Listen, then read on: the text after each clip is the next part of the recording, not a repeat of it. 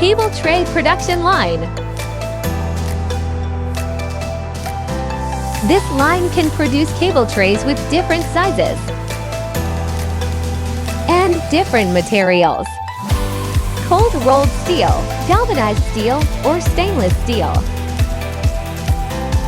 Automatic production.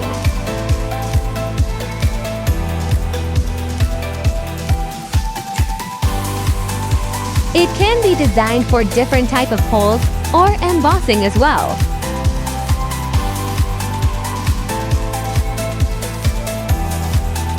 The roll former can produce the or U shape of profiles. That means it can also make the tray covers. The height, width, and length can be adjusted. One line meets all your needs for cable trays.